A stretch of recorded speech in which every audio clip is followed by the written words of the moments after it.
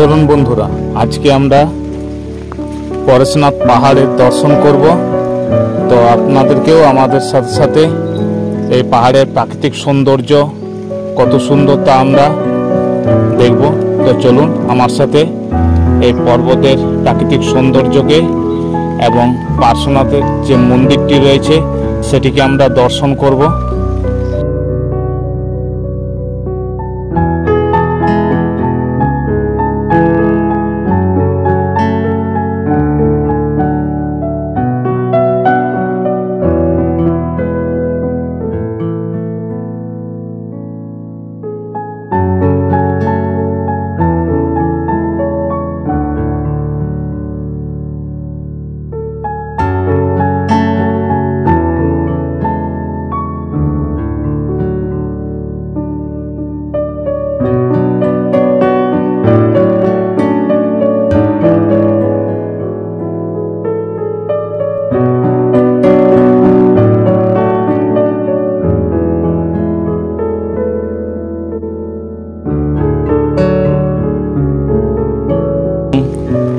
মন্দিরের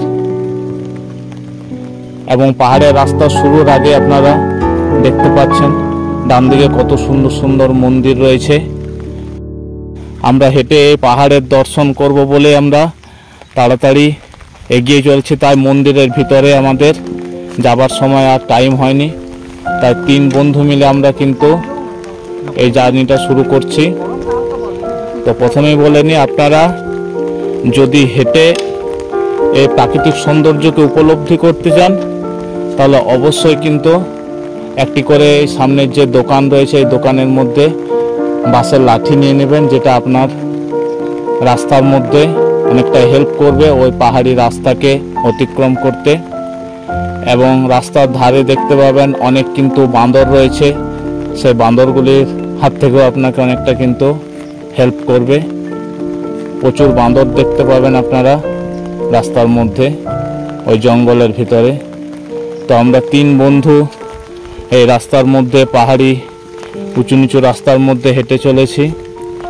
আর যারা এই 9 থেকে 10 কিলোমিটার রাস্তা সফর করতে পারবেন না তারা অবশ্যই কিন্তু এখানে গাড়ি ভাড়া পাওয়া যায়, বাইকে করেও আপনারা যেতে পারেন। মিনিমাম আপনাদের 500 থেকে 600 টাকা ভাড়া বলবে, আপনারা এখান থেকেও কিন্তু গাড়ি করে যেতে পারেন। আর যদি আপনি হেঁটে যেতে পারেন তাহলে খুবই ভালো, কারণ এই এত সুন্দর প্রাকৃতিক সৌন্দর্য আপনি কিন্তু পুরোপুরি উপলব্ধি করতে পারবেন। তাই আমরা এই তিন বন্ধু মিলে এই পাহাড়ি রাস্তাকে অতিক্রম করে হেঁটে চলেছি।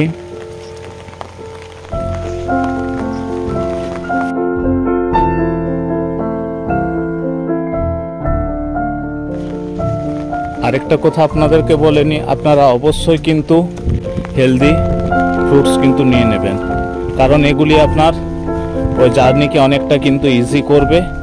এর সাথে অবশ্যই 2 থেকে 3টে জলের বোতল নিয়ে নেবেন, কারণ ওই উঁচু পাহাড়ের রাস্তায় আপনাকে অনেকটা কিন্তু হেল্প করবে। তো চলুন এবার আমরা সে প্রাকৃতিক সৌন্দর্যকে উপভোগ করি। এবং আপনারা দেখতেই পাচ্ছেন এই সরু মতন রাস্তার মধ্যে উঁচু নিচু রাস্তার মধ্যে আমরা হেঁটে চলেছি এবং দুই পাশে অনেক কিন্তু পাথর রয়েছে এবং ছোট ছোট ঝোপ আর বড় বড় কিন্তু গাছ রয়েছে, শাল গাছ, এর সাথে আপনারা অর্জুন নানা রকম গাছ দেখতে পাবেন এবং নানা ধরনের পাখির পূজন আপনারা কিন্তু নিজেই কিন্তু ফিল করতে পারবেন। এত সুন্দর প্রাকৃতিক আমরা হেঁটে চলেছি, আমাদের সাথে আরও কয়েকটা বন্ধু হয়ে গেল, আমরা সকলে মিলে এখানে হাঁটছি এবং খুবই উঁচু নিচু এবং আঁকা বাঁকা পথ এই প্রাকৃতিক সৌন্দর্যকে আরও যেন সুন্দর করে তুলেছে।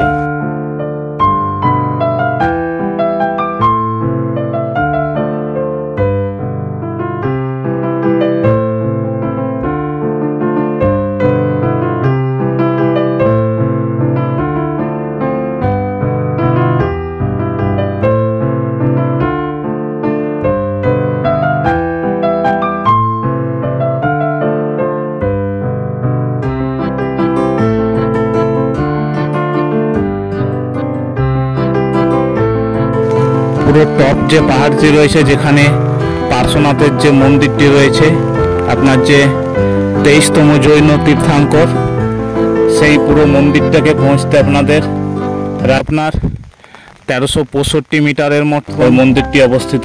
আমরা প্রথমেই সেই মন্দিরটি দর্শনের দিকেই এগিয়ে যাচ্ছি এবং আমাদের 4.5 ঘন্টার মতন জার্নির পর ধীরে ধীরে আমরা ওই মন্দিরটিকে এসে পৌঁছালাম। এবং মন্দিরটিকে আসার আগের যে মুহূর্তে, সেইখানে কিন্তু এত সুন্দর মেঘগুলি ভেসে বেড়াচ্ছে, তা আপনারা দেখতেই পাচ্ছেন। এই দৃশ্যটিও কিন্তু এখানে সবথেকে বেশি কিন্তু সৌন্দর্যময়।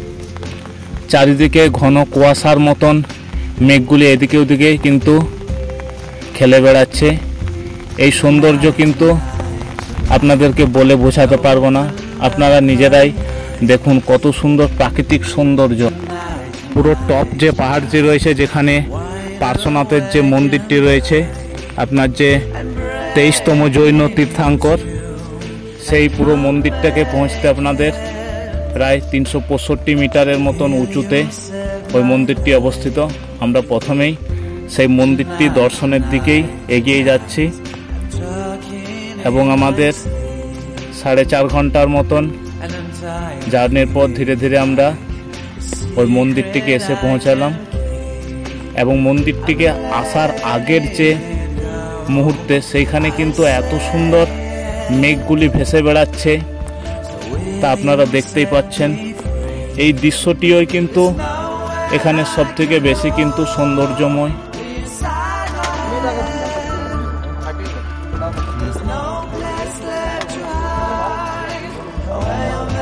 চারিদিকে ঘন কুয়াশার মতন মেঘগুলি এদিকে ওদিকে কিন্তু খেলে বেড়াচ্ছে। এই সৌন্দর্য কিন্তু আপনাদেরকে বলে বোঝাতে পারবো না, আপনারা নিজেরাই দেখুন কত সুন্দর প্রাকৃতিক সৌন্দর্য।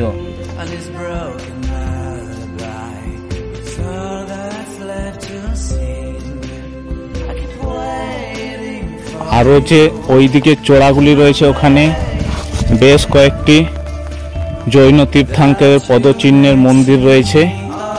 সেগুলিকে কিন্তু একদিনে সফর করা খুবই কষ্টকর, তাই আপনারা যদি এখানে ট্যুর করেন, থাকারও ব্যবস্থা আছে।